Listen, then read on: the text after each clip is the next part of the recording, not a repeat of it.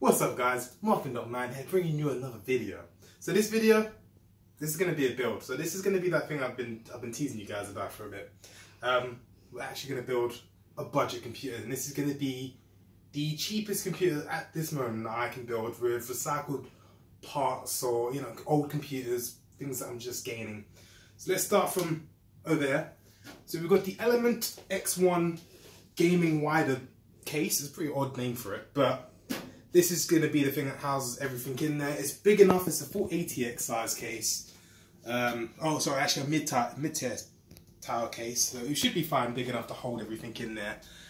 And this was only £30 off eBay. So I'll put a link in the description to all the parts where I've got them from. Some parts I'm not going to be able to, but you'll see why.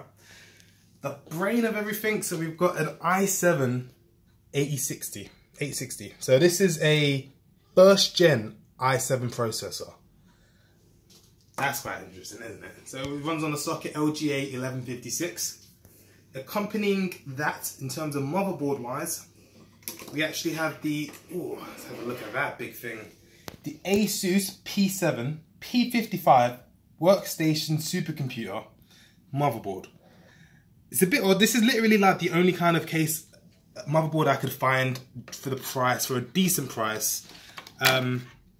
But you can actually do up to 3-way SLI and actually up to 4-way crossfire. So we're going to try some of that SLI out soon. Stay tuned. We're running 4 gigs of RAM. So the RAM,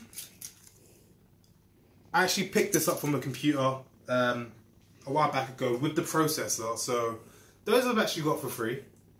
Luckily, the brains and everything.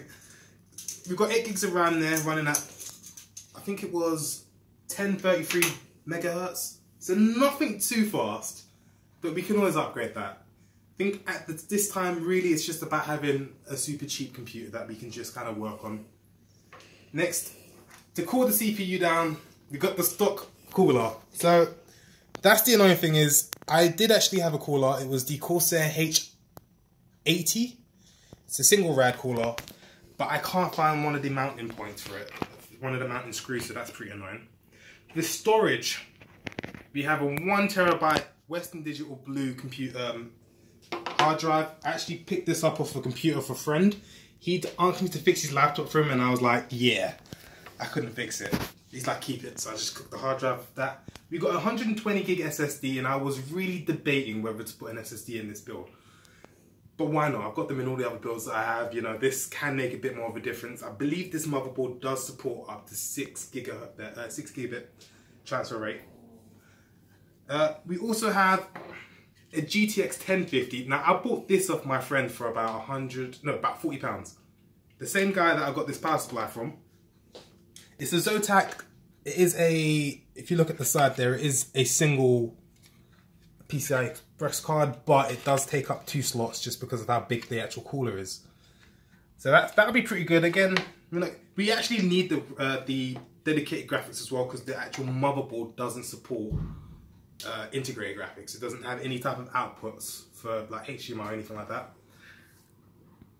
We also have a power supply. So this is again the power supply I got from my friend. This was free, and so I can't really give you a price for that.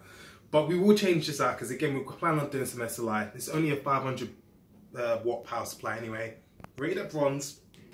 So it'd be enough to actually power the GTX 1050. We wouldn't need any external power for this anyway. So if we want to put like a bit more powerful in there, we can. And we've just got a bunch of fan cases. These cases I've gotten from previous builds, and I just kind of collected them up to this point. These all kind of cost, so I can say they're all for free. So we've got an NZXT 140mm fan. We've got 2 of them.